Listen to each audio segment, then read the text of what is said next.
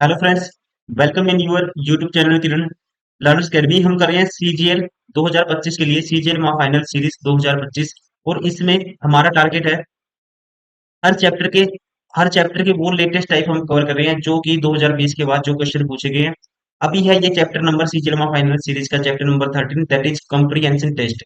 Comprehension से दोस्तों जो भी क्वेश्चन पूछे हैं वो सारे कवर करेंगे, जितने भी पीवाईक्यू पूछे हैं। और यहाँ से आपको जितने टाइप के जिस टाइप के एसएससी में क्वेश्चन पूछे गए हैं सीजीएल में, वो सारा टाइप आपका कवर हो जाएगा। इससे पहले 12 चैप्टर हमने कवर किए थे। और वैसे ही मैथ्स में हमारा टारगेट है सीजीएल महा फाइनल सीरीज का 24 डेज 24 चैप्टर, ऐसी रीजनिंग 25 डेज 25 चैप्टर, ऐसी जीएस।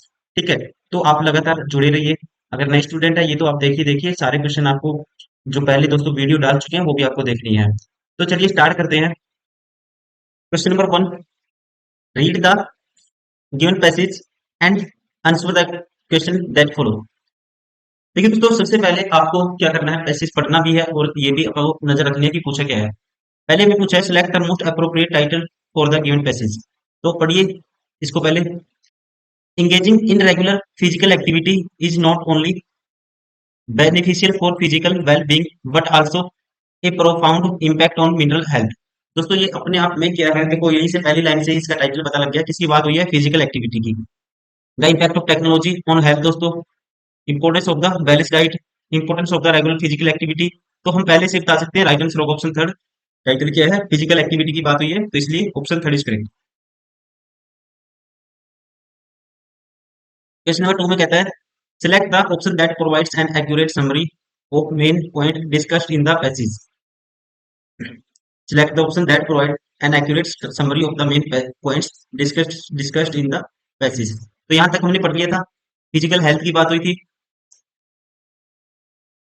फिजिकल एक्टिविटी की बात हुई थी दोस्तों, फिजिकल एक्टिविटी के बारे में बताया गया था। ठीक है, कैसे वो हमारी जो हेल्थ है उसके लिए इंपॉर्टेंट है। सेकंड लाइन में कहता है studies have shown that exercise releases endo endorphins chemical in the brain that act as natural painkillers and mood elevators. Additionally, consistent exercise has been linked to reduced symptoms of anxiety and depression। ठीक है, इन चीजों को कम करते हैं। Contrary to common misconceptions, it does not require intense workouts. Even moderate activities like walking or yoga can contribute to improved mental well-being, making exercise a regular part of one's routine not only support physical fitness but also nurtures a positive and resilient mindset। तो इसके लिए बताते हैं हम main point कौन से हैं, ये बताना आपको समरी की accurate summary of the main point discussed in the passage. पहला कहता है the passage discuss the negative effect on technology. दोस्तों ये बात नहीं गलत है। Exercise only impact physical well being not mental. दोस्तों ये भी गलत है। इलॉजिकल तो देखो, आपको कोई पैसेज भी ना पढ़ा हो तो बिना पैसेज पढ़े भी आंसर कर सकते हो आप। ठीक है, ये तो होंगे होंगे नहीं। Engaging in a regular physical activity positively impact mental, देखो positively impacts mental health by releasing endorphins and reducing symptoms of anxiety और डिप्रेशन। ठीक है, तो ये बात हुई है इसमें, तो right answer option third. Question number 3, determine the tone of the passage by choosing the option that reflects the overall emotional quality of writing।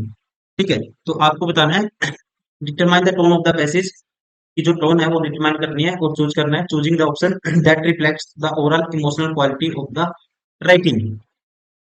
ये टोन बताना है दोस्तों कौन सी है। ये टोन इंफॉर्मेटिव है, क्रिटिकल है, ड्रामेटिक है, हमरस है। तो ये टोन है सारी की सारी क्या है दोस्तों, ये जो सारी इंफॉर्मेशन है about the benefits of the regular physical activity. ठीक है, तो टोन क्या है, इंफॉर्मेटिव है, इंफॉर्मेशन के थ्रू सारी चीजें बताई गई है। राइट आंसर होगा option first. Question number 4, which of the following is a fact mention in the passage. कौन सा फैक्ट है जो मेंशन किया गया है पैसेज में, ये आपको बताना है। पहला, exercise releases endo endorphins contributing to improve mental wellbeing. दोस्तों पहले ही अपने आप में करेक्ट है। ठीक है, तो ये बात कही गई है। आप यहाँ पे देखोगे सारी, देखो wellbeing but also impact on the mental है स्टडी रिलीज। ठीक है, studies have shown that exercise क्या करता है, releases the endorphins chemical in the brain that act as a natural painkillers and mood elevators। तो पहला ही अपने आप में करेक्ट है, right answer option first. Question number 5 to 8 फिर पैसेज है दोस्तों। ठीक है, हम कर रहे हैं कंप्रीहेंशन पार्ट है, ये सारे पैसेज ही मिलेंगे आपको। तो चलिए शुरू करते हैं इसको, क्वेश्चन नंबर 5 को। इससे पहले पढ़ना पड़ेगा हमें पैसेज, और पढ़ लेते हैं पहले, इससे पहले question. Which skill is used by the reader when he evaluates the same information and makes judgement based on the evidence. ठीक है, तो ये स्किल का नाम पूछा है, कौन सी स्किल है दोस्तों, कौन सी स्किल यूज की जाती है रीडर के द्वारा। तो इससे पहले पढ़ेंगे पैसेज, इसमें सारी इंफॉर्मेशन आपको पता लग जाएगी। Reading is an important communication skill that, ठीक है, रीडिंग क्या है, एक as a important communication skill that has many benefits and it has great impact on the personal life. We should develop a reading habit. It is allows us to learn new information and gives us access to a wide range of opportunities and ideas. So reading regularly not only broadens our aspect and knowledge but also improves our intelligence, perspective, judgment and understanding of the world. It helps to stimulate का मतलब दोस्तों किसी चीज को trigger करना, encourage करना, कह सकते हैं बढ़ाना, creativity and imagination, to relieve the stress and pressure, and to provide a source of entertainment. The major benefit reading is to develop the analytical and critical skills of reader। देखो दोस्तों यहाँ पे ये हमारे क्वेश्चन का answer आ गया, तो यहाँ पे आएगा कौन सी है, the major benefit of the reading is to develop the analytic and critical skills of reader. Analytical and critical, और आगे पढ़ लेते हैं। The former involves gathering information and breaking it down in part for better understanding, while the latter involves evaluating the same information and making judgment based on the evidence. Reading a book or any content improves our language and vocabulary, so we can easily comprehend the words and their use in the context. It also helps in cognitive development in young children, so that the primary level children are more involved in reading rather than writing। यहाँ पे थोड़ा सा logically आपको सोचना पड़ेगा। देखो ये option नहीं होगा, ये ऑप्शन नहीं होगा। अब दोस्तों आप खुद बताओ, which skill is used by reader when he evaluate the same information and makes judgment. ठीक है, तो किसी भी चीज को इवेल्युएट करने के लिए, जजमेंट के लिए, तो कौन सी स्किल होनी चाहिए, तो वहां पे होनी चाहिए क्रिटिकल स्किल्स। ठीक है ना, नोट है एनालिटिकल, तो यहाँ पे आएगा a critical skills involve evaluating same information and making judgment based on evidence. Right answer होगा option first. Question number 6, cognitive development in a child is related to. तो ये रिलेटेड है, ये आपको बताना है किससे रिलेटेड है। तो दोस्तों ये इसमें बोला था, ठीक है, देखो यहाँ पे बोला था इसने, reading book any content improve the vocabulary so we can easily comprehend the content. It also help in cognitive development in young children. So primary level, ठीक है, प्राइमरी लेवल पे मतलब दोस्तों किस चीज पे ध्यान दिया जाता है, तो यहाँ पे होना चाहिए, राइट आंसर होगा मेंटल डेवलपमेंट के लिए। ठीक है, रिलेट टू मेंटल डेवलपमेंट। सबसे ज्यादा प्राइमरी लेवल पे जो बच्चा छोटा होता है, तो उसकी क्या है दोस्तों, मानसिक विकास उसका किया जाता है। Question number 7, according to the passage what is the role of reading. Reading का रोल क्या है according to the passage, to give strength to the body, to learn new information and avail opportunity. दोस्तों ये बात की गई है इसमें, राइट आंसर होगा ऑप्शन सेकंड। ठीक है, ये देखो question number 8, this skill is used by reader when he gathers information and break it down in a logical pattern to solve a problem। तो उसके लिए कौन सी होनी चाहिए दोस्तों, इसके लिए होनी चाहिए, ठीक है, analytical skill. Which skill is used by reader when gather information and break down, जैसे आप पजल सोल्व करते हो दोस्तों, ठीक है, तो उसमें कौन सी आपकी थिंकिंग मैटर करती है, एनालिटिकल स्किल, मतलब ऐसी चीजों को आप एनालाइज कर पाते हो। तो यहाँ पे राइट आंसर होगा इसका ऑप्शन थर्ड। क्वेश्चन नंबर 9, अब इसके बाद पैसेज है दोस्तों, नया पैसेज है, न्यू पैसेज है। 9 में पूछता है what is overall tone of the passage. Overall tone इस पैसेज की क्या है, ये आपको बताना है। ओवरऑल टोन हमें बताना है। इसके लिए पढ़ते हैं, the extraction of indigo die involves harvesting the small green leaves of the Indigofera plant before it flowers bloom. These leaves undergo a process of soaking in water and curing until a navy blue froth is released. The upper portion of the resulting mixture of is drained for the irrigation, while the leaves are repurposed as fertilizer. After allowing the water and fine sediment to settle for a day, the liquid is separated from the sediment. The obtained deep blue paste is then subjected to filtration to remove dirt and impurities, followed by the compression into a cake and drying for several days. Once dried, the indigo is ready for use as a dye. LIME limestone दोस्तों CaOH twice इसका formula होता है. Can be added to the initial water and leaves mixture, and the various natural sugars can be dissolved into the paste to enhance the extraction process. अब आप बता सकते हो what is the overall tone of the passage दोस्तों. Humorous and light-hearted, critical, analytical, informative and instructional, emotional and sentimental. तो यहाँ पे right answer होगा ऑप्शन थर्ड. ये क्या है? informative and instructional. ठीक है ना. The passage present detailed information about the extraction of indigo dye. It is a tone of informative and instructional. Right answer होगा इसका, ध्यान रखिए option third. Question number 10. What is the central theme? What is the central theme of the passage describing the extraction process of indigo dye from the indigofera plant? ठीक है. What is the central theme of the passage? ये आपको बताना है. पहला option कहता है the impact of lime and natural sugars on indigo extraction process. दूसरा कहता है the various uses of indigo dye in different industries. The intricate process of harvesting and processing indigo leaves. यहाँ पे दोस्तों जो नील की खेती है इंडिगो की, इसकी कटाई के बारे में बताया गया था. ठीक है, तो हम यहाँ पे राइट आंसर कहेंगे ऑप्शन थर्ड. ठीक है ना. तो बेस्ट यही बताना था.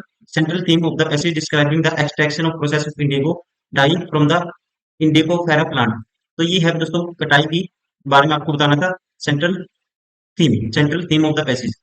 तो ये है the indicate process of harvesting and processing indigo leaves. Question number 11.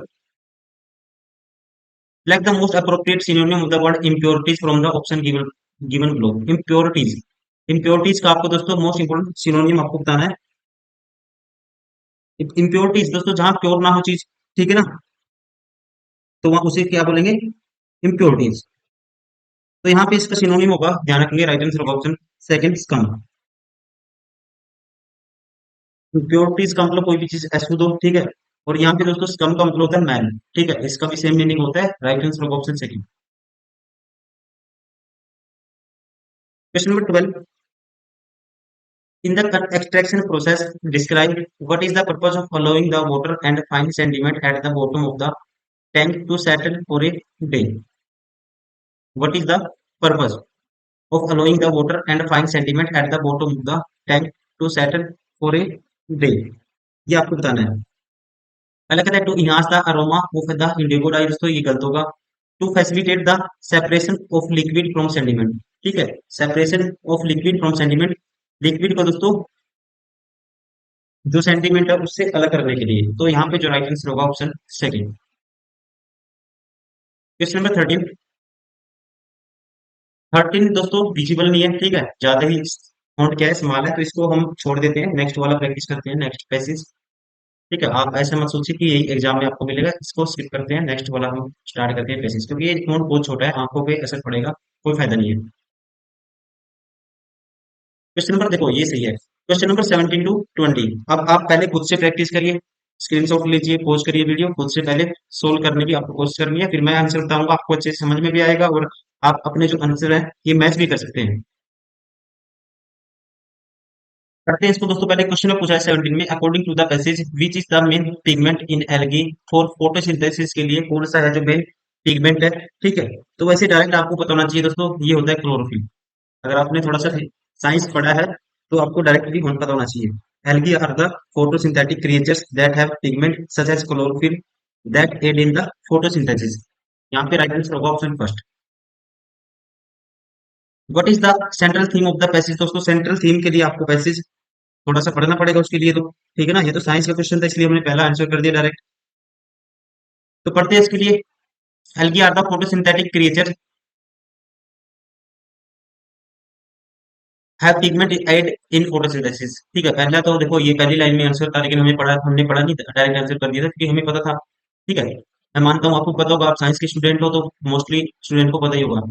They do not however have the actual stems, root roots or leaves found in vascular plants. While some of them many cells, other are unicellular.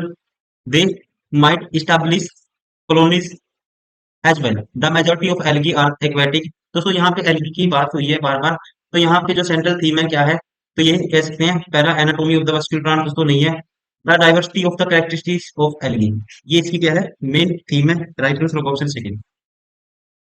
Question number 19, which statement accurately describe the vascular plants based on the information in the passage। ठीक है, कौन सी जो statement है जो accurately describe करेगी, ये आपको बताना है इसको वेस्कुलर प्लांट को, based on the information in the passage, ये आपको बताना है। देखो इसके लिए पढ़ते हैं, यहाँ पे कहा था इसने algae are the photosynthetic creature that have pigment that aid in the photosynthesis such as a chlorophyll, they do not have the actual stems, roots, leaves found in the vascular plants। ठीक है, देखो दोस्तों ये इसको contradict कर रहा है, however आया है, तो यहाँ पे आप कह सकते हो vascular plants have the, ठीक है, ट्रू स्टम्स, इसने बोला है ये बात, roots leaves unlike algae. Right answer of option first. Question number 20, what does the terms multi phyletic group mean in the context of algae? What does the term multi-phyletic groups mean in the context of algae? तो इसका जो मतलब है ये आपको समझाना है, तो पढ़ते हैं इसके लिए। While some of them have many cells, other are unicellular. They established colony as well. The majority of algae are the aquatic, some are the terrestrial, and they can be found rocks, trees, and moist soil. Certain algae species coexist well with other living things. For instance, lichen are a symbiotic relationship between green and option blue-green algae and fungi। Algae are the members of the multi-phyletic group। ठीक है, algae क्या है दोस्तों, member है किसके, multi-phyletic group के। किसके member है, multi-phyletic ग्रुप के मेंबर है algae। और आपको बताना है जो ये टर्म यूज की है इसका मतलब क्या है, ठीक है, इसका मतलब क्या है। नेक्स्ट पढ़ते हैं, दिस इंडिकेट दैट, देखो this indicate that there is a no common ancestor and that the species in this category are not necessarily close related to. ठीक है, तो इसका मतलब दोस्तों नो कॉमन एंसेस्टर, ये बात कही है। Right answer of option second. अभी नेक्स्ट पैसेज है 21 से लेके 24 तक। आपको पहला select the most appropriate option to fill in the blank number 2। Blank number 2 में क्या आएगा ये आपको बताना है, तो उसके लिए पढ़ना पड़ेगा दोस्तों। ठीक है, पढ़ते हैं इसको। The French Revolution in a revolutionary movement that occurred in the France between 1787 to 1799 and reached to its dash in 1789। This revolution had many causes, but the most important of all was dash of bourgeois who were merchants, manufacturers and professionals। अब दोस्तों यहाँ पे जो चाहिए word आपको, ठीक है, तो यहाँ पे फिट करना है या तो सोरो, किलिंग, जॉय, एंकरिंग। तो यहाँ पे ध्यान रखना आपको, this revolution had many causes but the, इसको कंट्राडिक्शन के लिए यूज करते हैं, but the most important of all was क्या है दोस्तों, डैश ऑफ बोर्गियोज, डैश ऑफ बोर्गियोज। तो यहाँ पे आएगा दोस्तों हैंकरिंग। हैंकरिंग का मतलब होता है to have a strong desire of something. ठीक है, तो राइट आंसर होगा यहाँ पे ऑप्शन 4, क्योंकि यहाँ पे जो बात हुई है वो फ्रांसीसी क्रांति है, ये दोस्तों 1789 और 1799 के बीच फ्रांस में हुई थी, और 1789 में की थी, ये अपने चरम पे पहुंच गई थी। और इस क्रांति के कई कारण थे, सबसे महत्वपूर्ण इनमें से बताया है। ठीक है, तो यहाँ का मतलब, इसका मतलब पूंजीपति। और यहाँ पे आएगा हैंकरिंग। हैंकरिंग का मतलब होता है to have strong desire of something. अब देखो जो यहाँ फिट नहीं बैठेगा दोस्तों, कोई हंसी मिजाज की तो बात हो नहीं रही है, किलिंग मारने की बात नहीं है, दुख की बात नहीं हुई है, तो राइट आंसर होगा ऑप्शन 4। और ये भी रिप्लेट, यहाँ पे देखो एक ये क्या है दोस्तों, ये भी आप देखो सोरो नहीं आएगा, जॉय नहीं आएगा, क्या आएगा, हैंकरिंग आएगा, क्योंकि आप प्रेपोजिशन भी आया है, यहाँ से भी आप रिलेट कर सकते हो। ठीक है, लेकिन मेनली जो इसका कोज है दोस्तों, यहाँ पे आप डायरेक्टली कह सकते हो सोरो की बात यहाँ नहीं हुई, जॉय की नहीं हुई, किलिंग की नहीं हुई है। ठीक है, तो क्या आएगा, hankering. Question number 22, what is the meaning of the phrase A Clarion call in the passage? इसका मतलब क्या है दोस्तों, इस फ्रेज का मतलब क्या है, ये आपको बताना है। तो इसके लिए थोड़ा सा पढ़ लेते हैं इसको। यहाँ पहुंच गए थे हम। Who were the merchant, manufacturers and the professionals? The peasants, many of them landlovers, wanted to get rid of practices of absolute monarchy and feudalism. Another factor was the increase in population due to decreased mortality rates. It was followed by the economic predicament and minor revolts were common. This lead to the clarion call for social reforms दोस्तों। ठीक है, तो यहाँ पे देखो, अब यहाँ से क्लैरियन कॉल ऑफ, अगर आप मीनिंग से आप इसका मतलब निकाल सकते हो। ये इडियम है दोस्तों, इसका मतलब होता है, ध्यान रखेंगे आप। मीनिंग कैसे निकालोगे? यहाँ पे जो बात हुई है, ठीक है, मीनिंग ऐसे निकाल सकते हैं। यहाँ पे दोस्तों मृत्यु दर में कमी आई थी, ठीक है, ये बात इसने कही है, जिसकी वजह से क्या हुआ है दोस्तों, जनसंख्या में वृद्धि हुई है। और आर्थिक जो दुर्दशा है वो, उसमें क्या है, छोटे मोटे विद्रोह हुए थे। ठीक है, क्या हुए थे दोस्तों? विद्रोह हुए थे। या देखो, ये मैं पढ़ाता हूँ आपको, एक सेकेंड।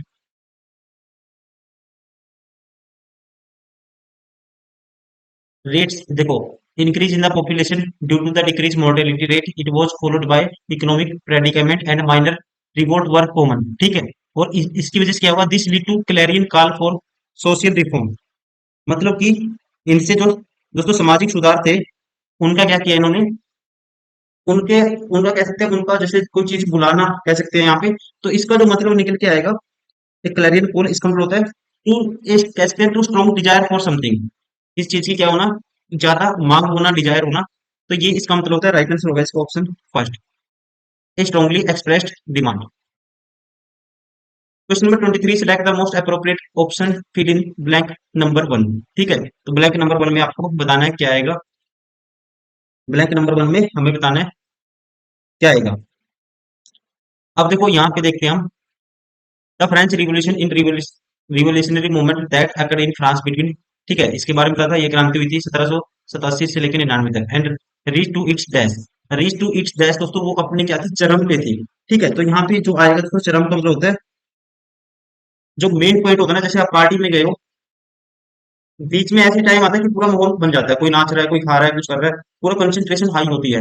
मतलब किसी भी सीमा का जो मेन मेन जो पॉइंट होता है ना, मेन चरण होता है कह सकते हैं हिंदी में। तो इसको इंग्लिश में बोलते हैं पिनाकल, प्लैंकन, प्लैंक, ये सॉरी, पिनाकल का मतलब होता है the most successful point of something, peak कह सकते हैं। राइट आंसर होगा ऑप्शन थर्ड। क्वेश्चन नंबर 24, अब ये है दोस्तों 24 number question, select the most appropriate synonym of the word inherent. Inherent का मतलब होता है दोस्तों, इनहेरेंट का जो मतलब होता है, कोई भी चीज परमानेंटली एग्जिस्ट कर रही हो। ठीक है, एग्जिस्टिंग हैज ए नेचुरल, कह सकते हैं परमानेंट कोई चीज हो, तो ये जो इसका सिनोनिम होगा, कह सकते हैं नेचुरल होगा। राइट आंसर होगा option third.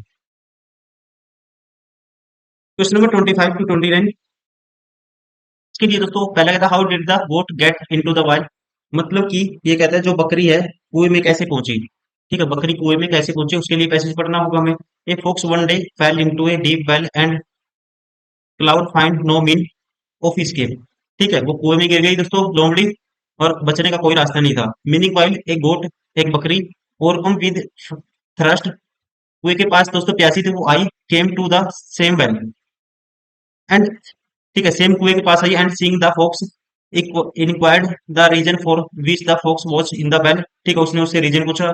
Conceding his sad plight under a merry breeze, the fox indulged in a lavish praise of the water, saying it was excellent beyond measure। ठीक है, उसने वाइट वाटर की जो तारीफ की थी, वाटर है बहुत ही अच्छा है पानी पीने में। And told the goat that the deliberately jumped in the well enjoy its benefit. ठीक है, he kept encouraging the goat, वो इनकरेज करती रही दोस्तों बकरी को, to jump in the well. The goat mindful only of is threat, वो अपनी प्यास की तरफ ही एग्रेसर थी जो बकरी थी। थ्रोलेसली जंप डाउन, और वो कूद गई कुएं में, बकरी भी। But just has drag the fox inform him of difficult, they were both in suggested a scheme for their jump down. But ठीक है, उसने जो दोस्तों लोमड़ी थी, उसने बताया कि हम कैसे बाहर निकल सकते हैं। But just has a drag the fox informed him of difficulty, they were both and suggested a scheme for their common escape। If said he, you will place in your forefeet upon the wall। कह रहे आप, वो कहती है अपने तुम पैर कहाँ पे लगाओ, दीवार पे चिपकाओ। एंड बेंट योर हेड, और अपना जो सर है दोस्तों वो झुकाओ। I will run up your back and escape and will help you afterward, मैं बाहर निकल जाऊंगी और फिर आपकी हेल्प करूंगी। लोमड़ी इसको कहती है बकरी को। The goat readily ascended ascended and the fox leaped upon the his back, steadying himself with the goat's horn, he safely reached the mouth of the well and made of fast has he could, ठीक है, वो बाहर निकल गई। When the god upbraided him for breaking his promise, he उसने डांटा दोस्तों, उसने अपना प्रॉमिस ब्रेक कर दिया। He turn amount and cried out, you foolish and fellow, if you had a many brain in your head as you have here, क्योंकि तुम्हारे, वो कह रही है कि तुम्हारे जितने बाल हैं दोस्तों ब्रेन में अगर उतना ही दिमाग होता, you would never have gone down before you had inspected way up, ठीक है, तो आप उसके अंदर, तुम उसके अंदर कूदती नहीं जब तक तुम्हें ये नहीं पता था कि उस पे निकलने का रास्ता कैसे होगा, ठीक है। Nor have export yourself to dangers from which you had not means of escape। तो यहाँ पे पहले का आंसर हम बता सकते हैं, how did goat get into the well, तो कुएं में कैसे गई थी दोस्तों, he was lured by the fox, तो उसको किसने उकसाया था यहाँ पे, इसका राइट आंसर होगा 25 का ऑप्शन सेकंड, किसने दोस्तों, फॉक्स ने लोमड़ी ने उसको उकसाया था, इस वजह से वो कुएं में गिरी। Question number 26, why did the fox invite the goat into the well, ठीक है, कुएं में उसको इनवाइट क्यों किया ये आपको बताना है। इसका रीजन, पहला कहते हैं because fox felt lonely in the well, दोस्तों गलत है। Because the fox needed support to get out of, ठीक है, वो कुएं से बाहर निकलना चाहती थी फॉक्स, इसी वजह से उसने किसको उकसाया, प्यासी गोट को, बकरी को। क्वेश्चन नंबर 27,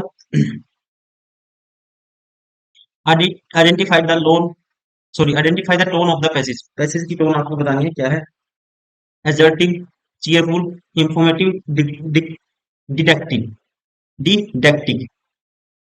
तो जो टोन है तो डिडक्ट का मतलब क्या है, इस चीज के बारे में पता करना कह सकते हैं यहाँ पे, तो बिना कोई काम के बारे में जाने वो काम नहीं करना चाहिए, तो ये टोन है डिडक्टिव का, राइट आंसर होगा option 4। Question number 28, select the most appropriate title of the passage, most appropriate title of the passage आपको बताना है कौन सा होगा। पहले क्या, the fox and the forest, गलत है। The fox and the goat, दोस्तों राइट आंसर होगा, किसकी बात हुई है, फॉक्स और गोट की, ऑप्शन सेकंड इज करेक्ट, इन दोनों के ऊपर बेस है। Question number 25 to 29, read the passage carefully and answer the question, what moral lesson can be drawn from the passage, तो इससे हम कौन सा जो मोरल लेसन है दोस्तों ये ड्रॉन कर सकते हैं, ये आपको बताना है। देखते ही बता दोगे आप, ठीक है, कौन सा आंसर होगा, देखो पहला नहीं होगा, one God turn deserve another, honesty is the best policy, दोस्तों गलत है। लुक बिफोर यू लेट, ठीक है, कोई भी काम करने से पहले आपको क्या करना चाहिए दोस्तों, सोच समझना चाहिए, ना कि, ठीक है, आप उकसावे में नहीं आना चाहिए, आपको पहले अपने सोच विचार हैं वो लगाने चाहिए, तो यही है, क्योंकि वो जो गोट थी उसके उकसावे में वो प्यासे थी, बिना सोचे समझे प्यास के चक्कर में वो सीधे कुएं में छलांग मार गई पानी को देखते हुए, क्योंकि वो प्यासी थी, उसने ये अंदाजा नहीं लगाया कि इससे निकलना, पहले ये सोचना चाहिए था उसको कि वो निकलने का रास्ता देखना था, मैं कुएं में तो वो चली जाएगी लेकिन निकले कैसे, वो चीज उसको सोचनी चाहिए, तो यहाँ पे जो टोन आएगी क्या है दोस्तों, look before your you leave, right answer होगा ऑप्शन 4। अब ये पैसेज हमें दोस्तों स्किप करना पड़ेगा, फोन बहुत छोटा है, ठीक है, लेंथी पैसेज है और फोन क्या है, छोटा है, आंखों पे असर पड़ेगा, तो इसको हम करते हैं स्किप। आप इसका स्क्रीनशॉट ले सकते हो दोस्तों, लेकिन इसको स्किप कर देते हैं क्योंकि ज्यादा फॉन्ट है जो बहुत ही छोटा है और धुंधला भी है।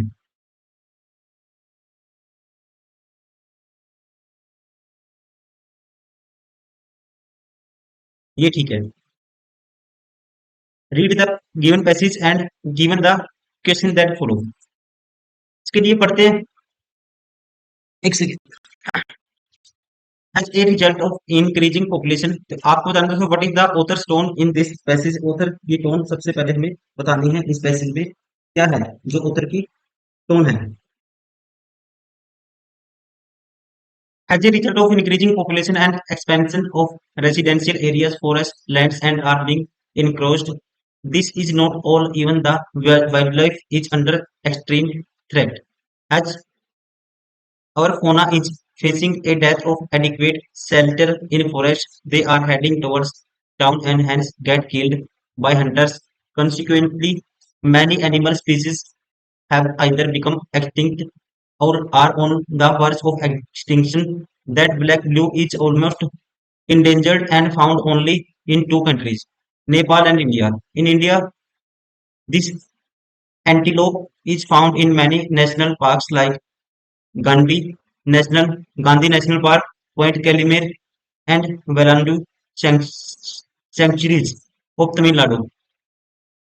Rola Padu of Andhra Pradesh, few parts of the Rajasthan and Haryana, as far as their habitat is concerned. They live in open grasses, grassland, dry area, thinly populated areas, and near water resources.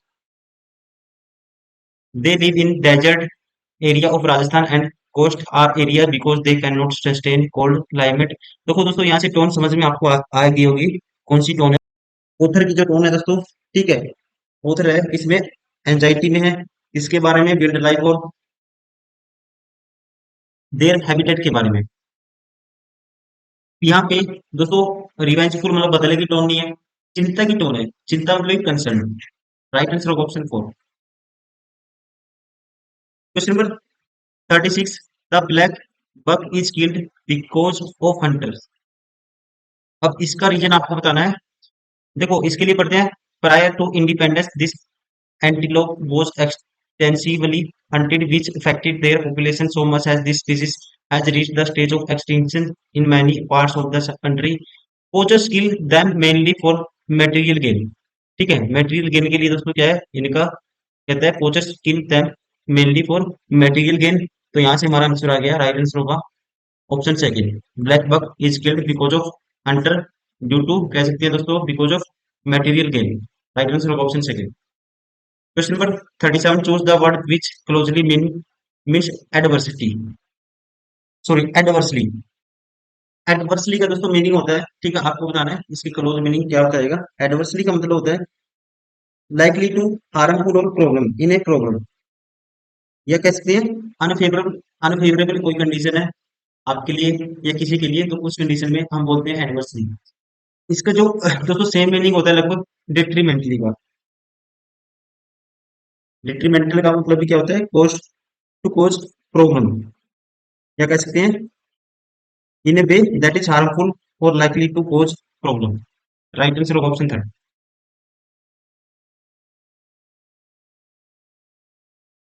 इससे पहले दोस्तों पढ़ते हैं what is the theme of this species. As a result of increasing population and expansion of residential areas, forest lands are being encroached. This is not all, even the wildlife in under extreme threat as our fauna is facing a dearth of adequate shelter in forest. They are heading। ठीक है, theme आपको पता लगी गई होगी दोस्तों। ठीक है, यहाँ पे किसकी थीम है, जो खतरे के बारे में बात की गई है, किसके, स्पीसीज की।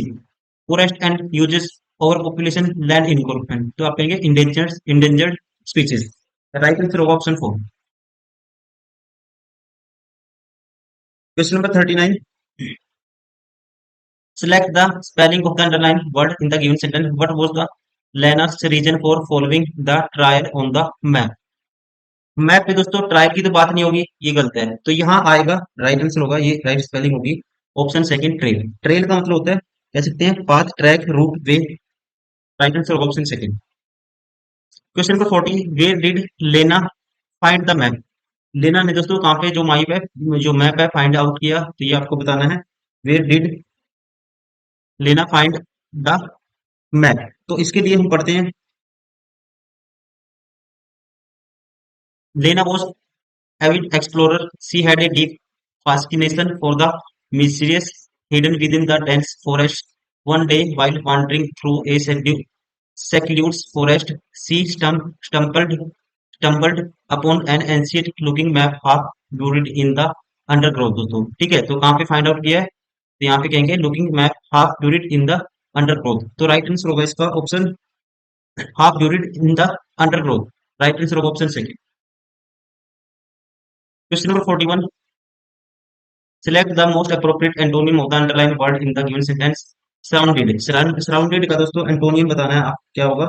ठीक है, सराउंड का मतलब दोस्तों क्या होता है, enclose, to enclose on all side, जहां पे सारी साइड क्या हो दोस्तों, कवर्ड हो, इसका ये मतलब होता है। इसका एंटोनियम बताना है, इसका जो एंटोनियम होगा दोस्तों ये होगा फ्रीड। ध्यान रखेंगे क्या होगा, फ्रीड। फ्रीड का मतलब होता है रिलीज कह सकते हैं, और not covered.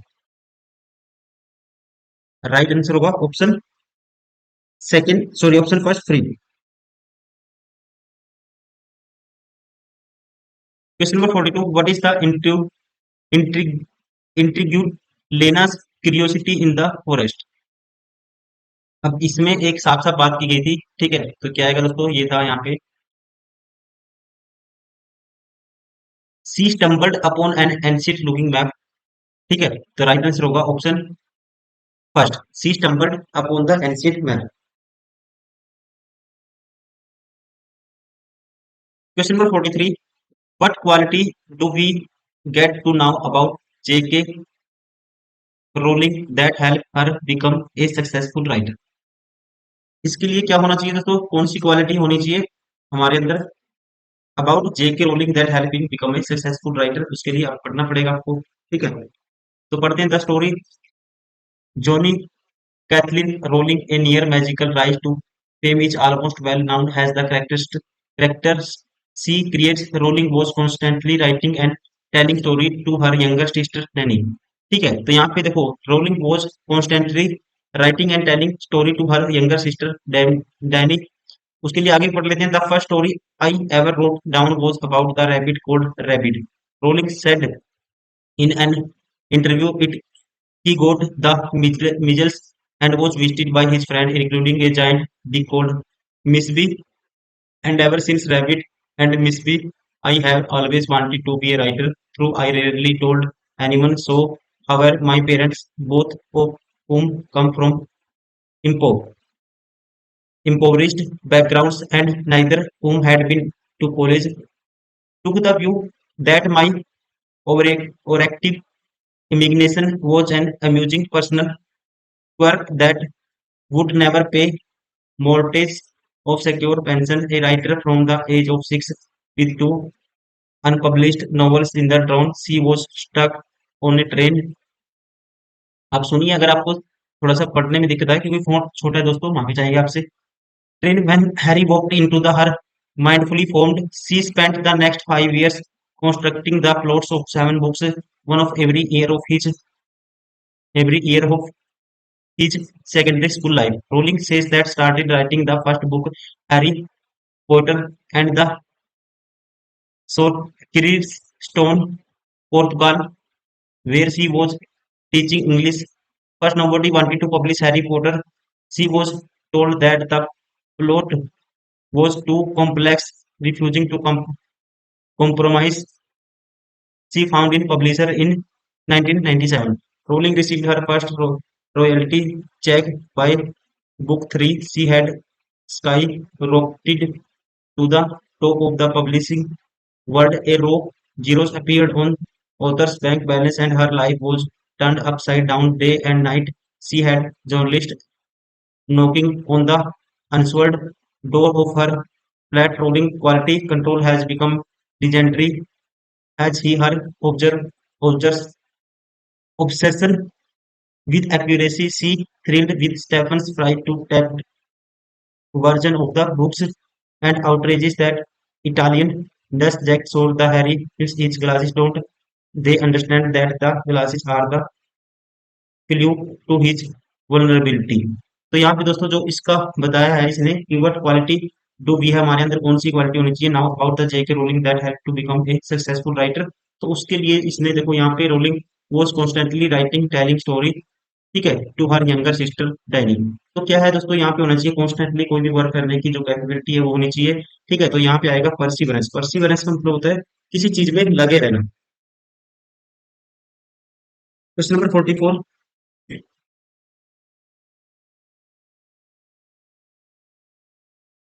Select the word from the passage that the antonym of the conformity.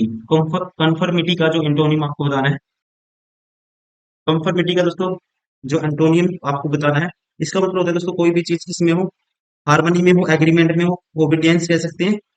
तो इसका जो उल्टा होगा ये होगा क्वेरकी, मतलब कि इन डिसएग्रीमेंट।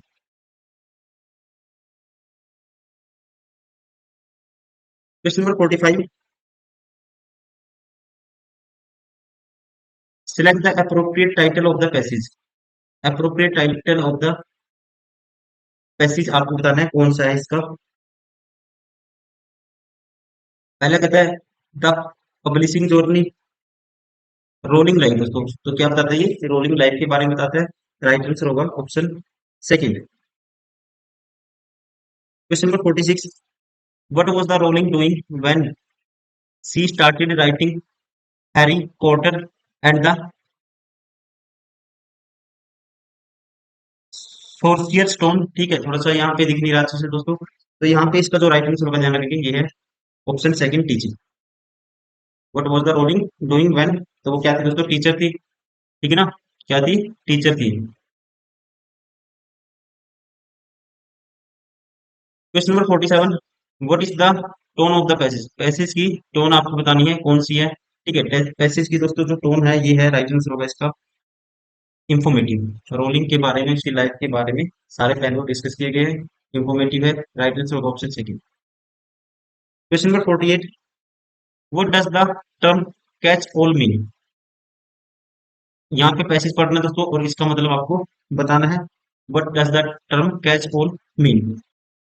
उसके लिए पढ़ते हैं, new media in a catch all term used for various kind of electronic communication that conceivable due to innovation in computer technology. दोस्तों यहाँ पे क्या है, बात हुई है इसकी various kind of electronic communication, ठीक है। New media catch all term used for किसके लिए, various kind of electronic communication के लिए। तो यहाँ पे इसका जो हम मतलब बता सकते हैं, ये बता सकते हैं, a category which includes many different things. Right answer of option first.